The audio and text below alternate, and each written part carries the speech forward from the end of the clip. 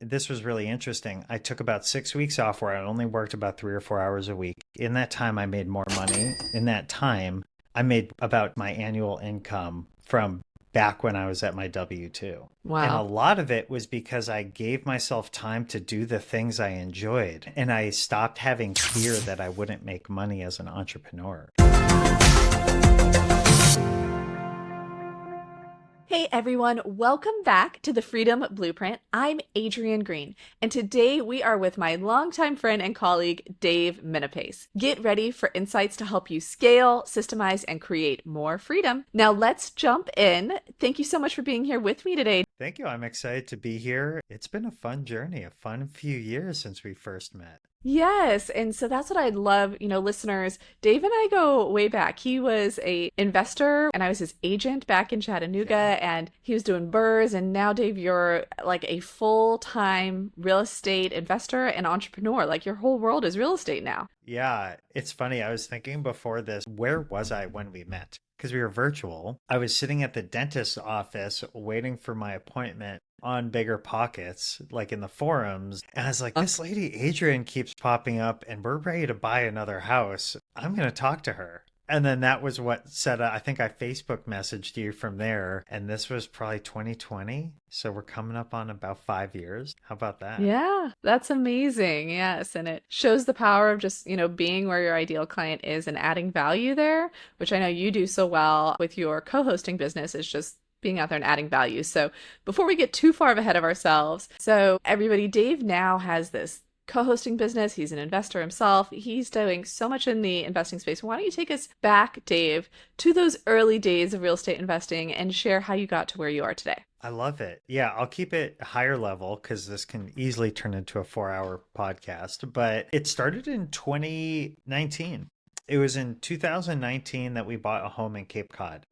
And the idea for renting it really came from the listing itself. It said that I had a rental history. And for background, I lived just outside of Boston. For decades, my whole life, summer vacations were in Cape Cod. So my wife, Kim, and I, we knew we wanted to continue on with being there. And it just so worked out. We took a leap of faith that we ended up buying a cool little home right near the beach in Cape Cod. And it was after that, after we bought it and launched it, that we came across a book that so many others have heard of, Rich Dad, Poor Dad. And that's what really started to give us the idea of settling into this space that we know as real estate investing. And it was there that we started realizing the whole relationship to money in real estate. And, a quick tip for anyone, you don't need money to buy real estate. You just need to make the decision to buy real estate and you'll figure out the money side of it. So fast forward about a year from there,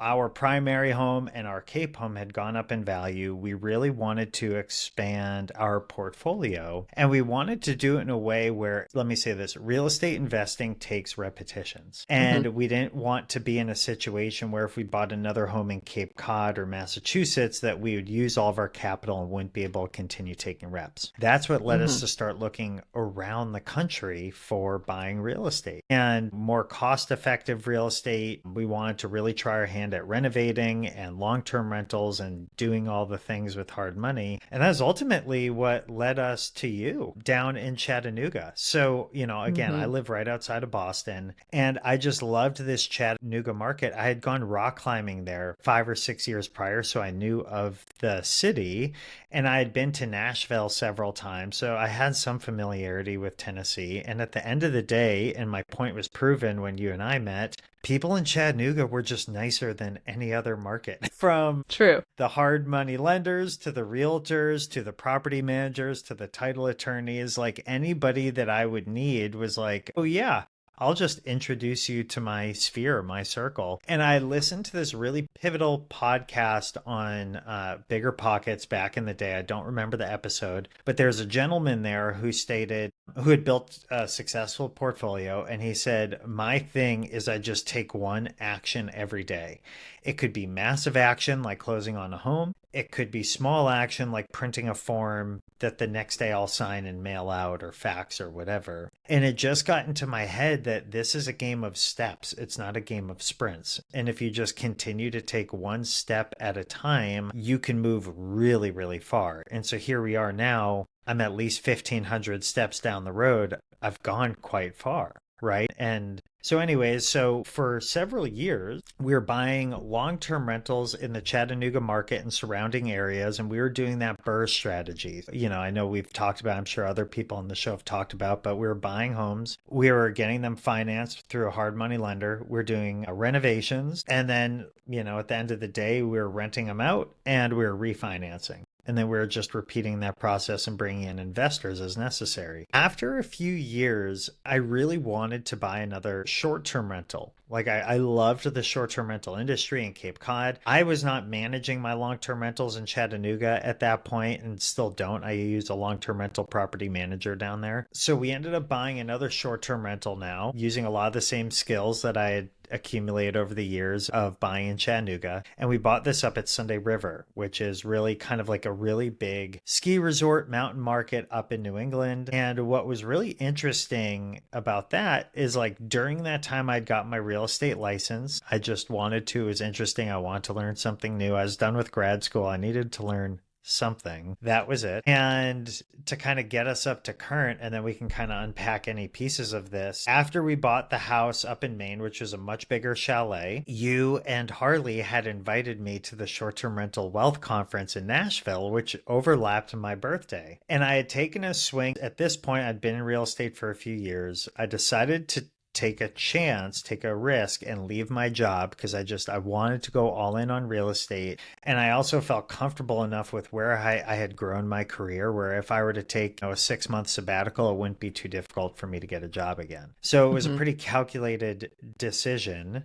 I've never gone back, obviously. But from that conference, I then learned how to build some higher cash flow businesses that allowed me to really stay away from going back in the corporate world. So one of them was this co-host property management business. We manage about 30 properties and about to take on a hotel up here, mostly up here in New England. And then I did that because as a realtor, I wanted to be able to quickly identify if there was an opportunity to sell a home or buy a home, a house I'm already managing. We have a short-term rental consulting firm, which is really the first and only of its kind in the industry right now, which has really been helping homeowners that don't want a property manager and don't want a really expensive mastermind to be able to get going and self-manage their short-term rental. We have a real estate team, and then I do a lot of business coaching outside of that and coaching and mastermind. So we have from one stream of income to about 9, we've kind of expanded it, but it's always been thoughtful and it's always been with intention. And we can kind of talk about that a bit later. But that pretty much brings us up to current. I grew 2 kids too. We have 2 kids.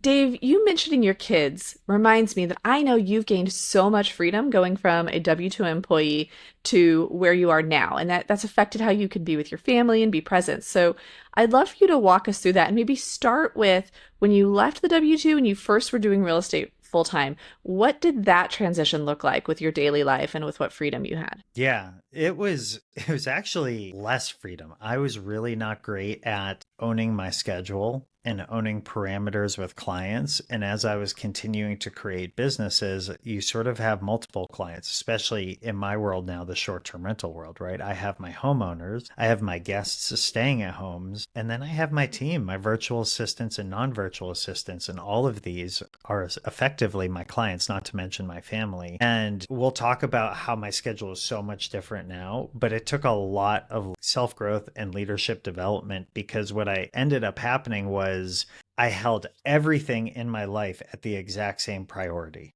which was get it done now. Whether it was changing a diaper, closing on a house, putting out a fire with some guest at another home, like everything held the same priority. And it created a lot of challenges and frictions, to be honest, where honestly, the family almost left me. My businesses almost totally broke apart. And while it's hard to say, almost everyone that I coach in this space, not everybody, but almost everybody falls victim to very, very similar things until they grow as a person.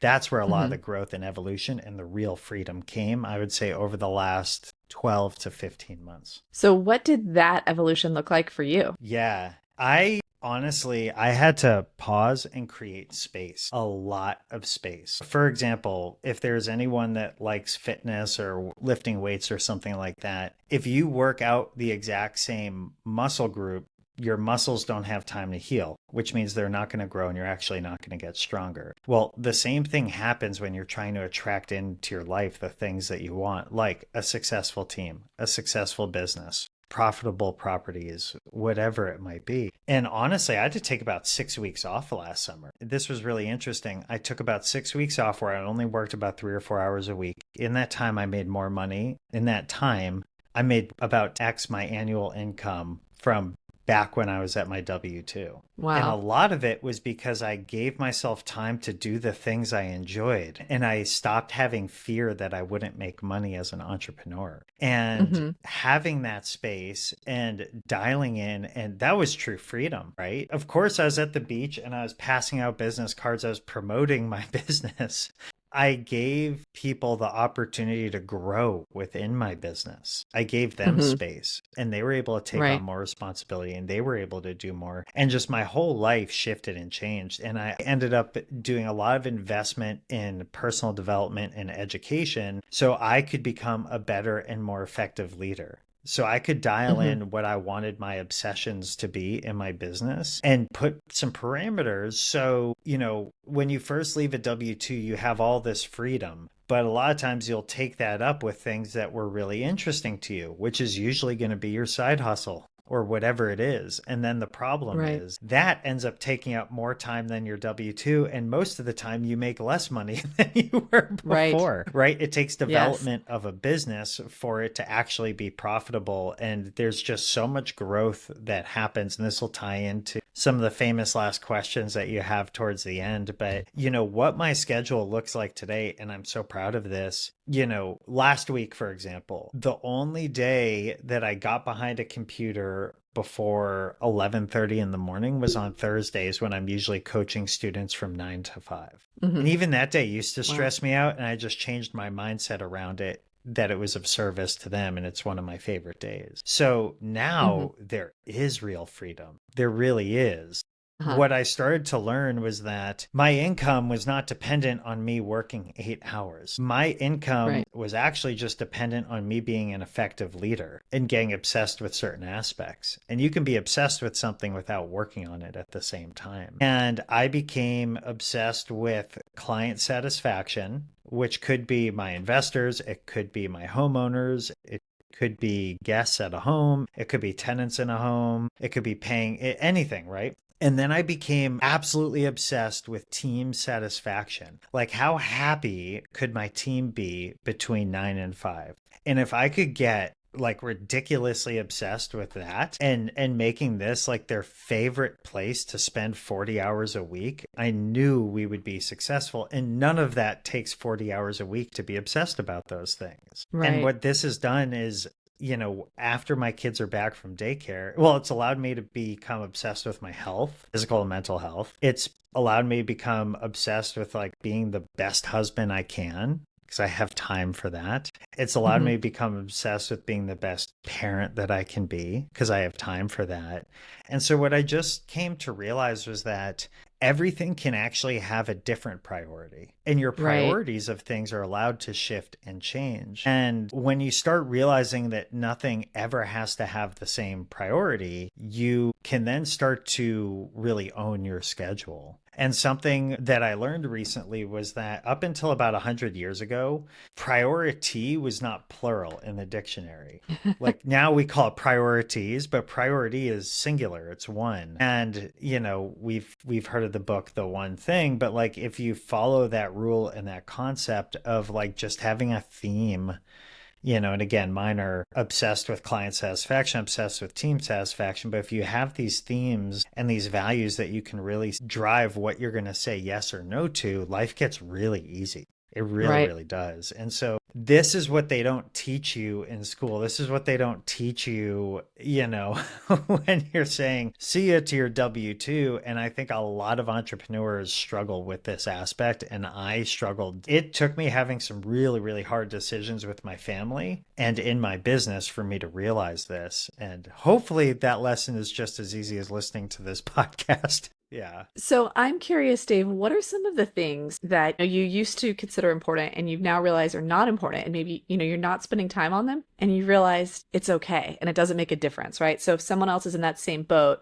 can you give some examples of stuff that like you let go of and it was all okay? Yeah, well, a lot of like, why are we holding on to something? Usually it's around fear. There's like a fear of loss of something. And so when I did some like deep reflection, I realized I had a fear of judgment, like a fear of criticism. And so what you start to realize when you're an entrepreneur is you don't have one boss, you have every client of yours as a boss. And they all have their wants and their needs and their emotions tied around those things. And this is the same if you're like in the tech space, if you're in the hospitality space, if you're in the investment or banking space, whatever, right? The problem that I recognized is that I was allowing other people's desire of a priority to then become my priority. And I was putting that in front of, honestly, like family and friends and physical and mental health. So when I started to pause and say, well, actually, what's like my priority? What do I want to do? Do I need to do 4 hours of email in a day? Probably not.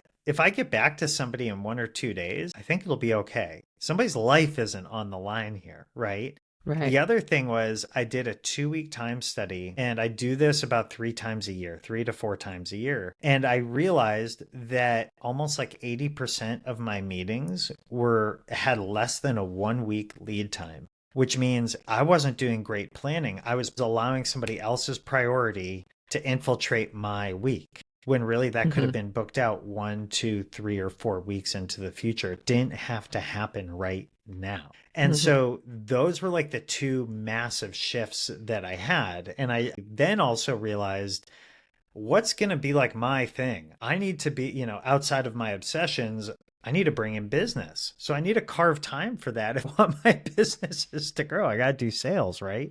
And I love doing sales. For the listeners, you don't have to do sales if you don't want to. I just love doing it. So I hold on to that role in my business. So, it was more so about just like protecting these blocks of time so I could have space, so I could sit in the hot tub and think, so I could go on a walk, so I could pivot and take the kids out of daycare and go into Boston or go to breakfast or something. Like, these were the most important things to me. And I realized you can tell what somebody's focuses are really quickly if you look at their bank statement and if you look at their calendar. And when I started doing that is when I realized I need to create more space. And you know what? There's no one that can tell me I can't. So, if an owner, this happens all the time, an owner will text me and be like, hey, I want to run a few ideas by you and talk to you about this market. No, that is not a critical conversation. That does not have to take up the time I was going to go to the gym on Friday. That can be scheduled through my assistant and we can talk about it in a month, and we might as well make it productive and talk about your house while we're at it. There's different things like that. So a lot of it just came to slowing down. But what was interesting is I didn't have to like slow down to speed up. I just needed to create space in order to speed up. And last summer was a perfect test of that in the amount of money we made in that 6-week period. Are you planning a real estate event, mastermind, or podcast and want a speaker who delivers real, actionable strategies? I teach investors how to run their portfolios like a business without the chaos. Book me for your next event at adriennegreen.com/speaking.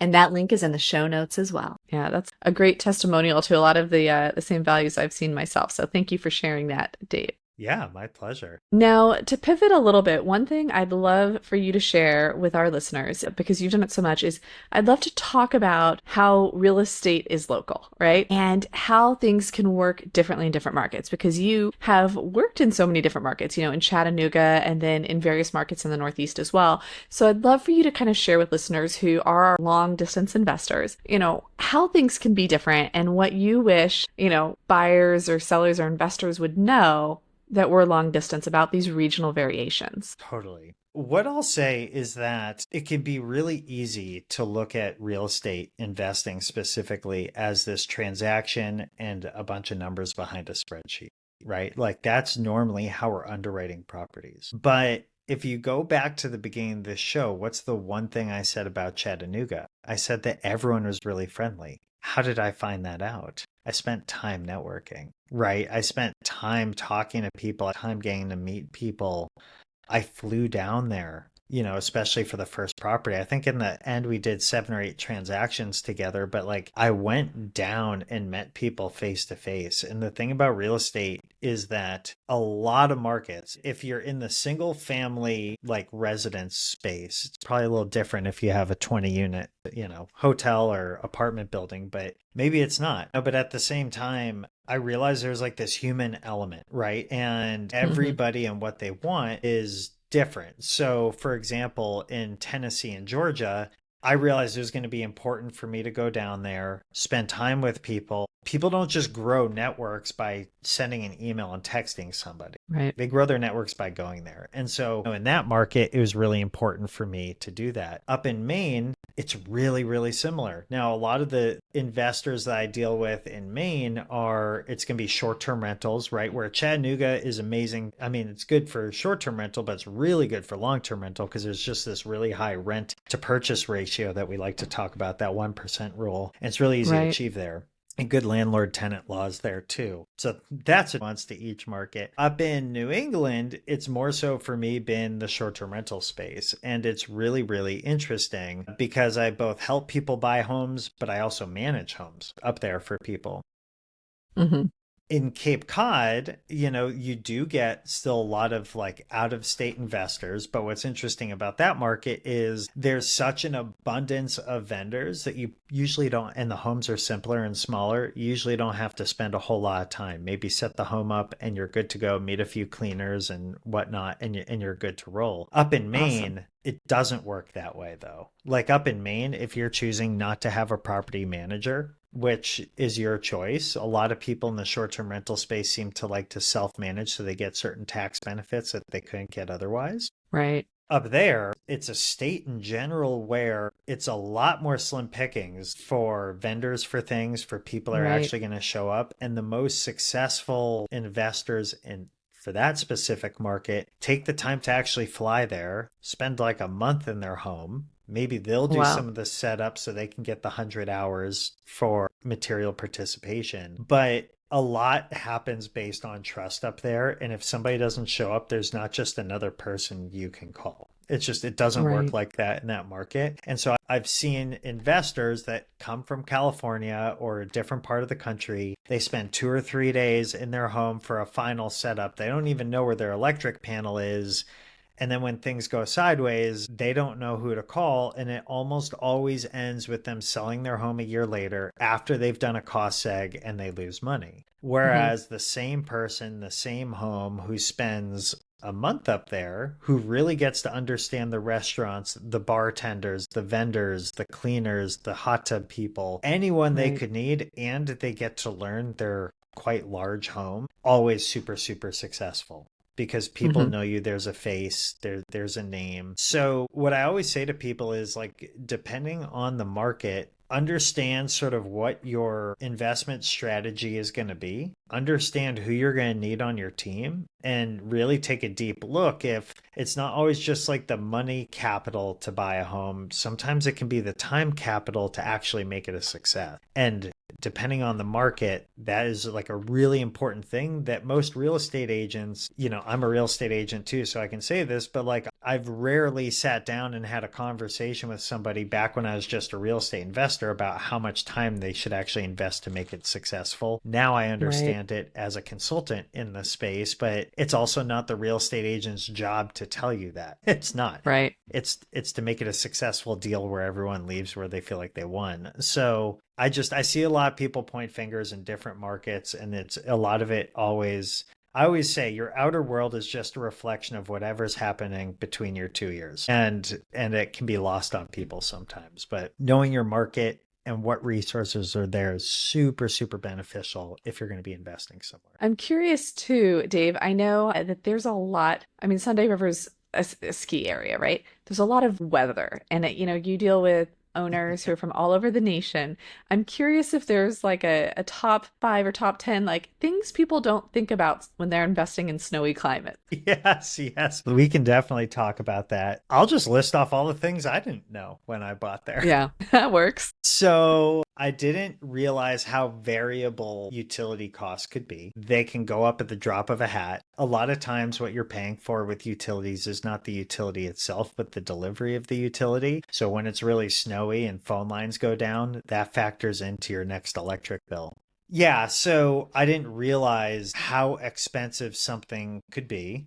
So looking at utility costs over the prior 12 to 24 months can be really helpful for you. If you're in a snowy climate, not just plowing that you need, but shoveling, right? If you live in a primary residence, you probably don't need someone to shovel for you. You can do it yourself. You just need a plow person to come. Well, if you have a short-term rental, you need someone to shovel too. And that 80-year-old driving the plow might not want to shovel. So there's some logistical things that you're just going to have to sort out and figure out. A lot of the mountain markets also, this happens in the Tennessee Smokies, it's a good idea to get educated on the difference between an artesian well and a dug well. And I'll just leave it at that. People can do their own research, but having a well go dry when you have guests or tenants, like if it's a long-term rental, that can cause serious problems like across the board. So I think like the water sourcing is a thing to understand. Yeah. Internet sourcing, all that stuff, bears, there's wildlife, there's all sorts of things. So I would just say like always multiply what you think the costs are going to be by 3 or 4x, because mine ended up costing 6x what I thought they were going to be. So just some nuances. Yeah. Yes, that's a lot. Yes, those are some great things to keep in mind that I don't have a short-term rental in a snowy market, so I appreciate those. Yeah. Well, I think we've gone the whole realm from like the very meta, like mindset thing to the very concrete snow and utilities. Yes. And I appreciate all that, Dave. And I think it's time for us to wrap up with our final 3 questions. So our closing quickfire questions. First, what is a transformational system you've implemented in your business? Yes, it would definitely be team, virtual assistants, and like systems, for example, is, there's a lot, but like a daily system. So you have a process for checking in with your team in the morning, closing out with your team at the end of the day. When it comes down to it, your team is a representation and a replication of you. And so always kind of leading by example, showing what you need, showing what you want, showing what you expect, and then checking in on that weekly. Right after this, we actually have our team weekly L10 call where we go through our rocks, tasks, and KPIs. And running a business with the right expectations and the right clarity makes it so everyone can move faster. So I would say if I had to talk about a specific system, it would be my team, and maybe we call it the Monday team meeting, the L10 meeting that we have has been super beneficial across every business we have. Mm-hmm. And that's L10 as in EOS, or the Entrepreneurial Operating System. For those of you who aren't familiar with L10, that's a great thing to go check out. And then next question, what's your go-to tool for managing operations? Monday.com. Hands down, our entire world, from daily operations, weekly, monthly, annually, everything for every business has a home in Monday.com. And we're going on 5 businesses right now. So it's amazing. And when you get to understand it, super user friendly, every piece of my day lives in there, to be frank. I am the same way. I am like Monday's biggest cheerleader. So I love meeting another fan. That's awesome. Every day is Monday. Yes. It can be so confusing to people who aren't a part of like the tribe, I think, because I'm like always talking about Monday and they're like, she really likes Mondays.